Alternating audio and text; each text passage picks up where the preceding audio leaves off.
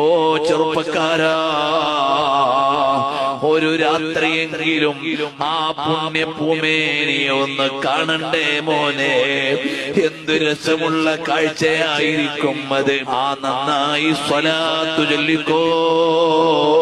അല്ലാഹുവേ, ഞങ്ങൾക്ക് ആ ഹബീബായ സല്ലല്ലാഹു അലൈഹി വസല്ലം തങ്ങളെ ഒരുപാട് തവണ കാണണം. അക്കാഴ്ച ഞങ്ങൾക്കൊരനുഗ്രഹമാക്കി തരണം. അവസാനം ഈ ലോകത്തോട് വിട പറയുമ്പോൾ ആ ഹബീബായ സല്ലല്ലാഹു അലൈഹി വസല്ലം തങ്ങളുടെ പുഞ്ചിരി തൂകുന്ന പൂമുഖം കണ്ട് പൊന്നു മുസ്തഫ സല്ലല്ലാഹു അലൈഹി വസല്ലം തങ്ങളിലേക്ക് അങ്ങ് ചേരണം.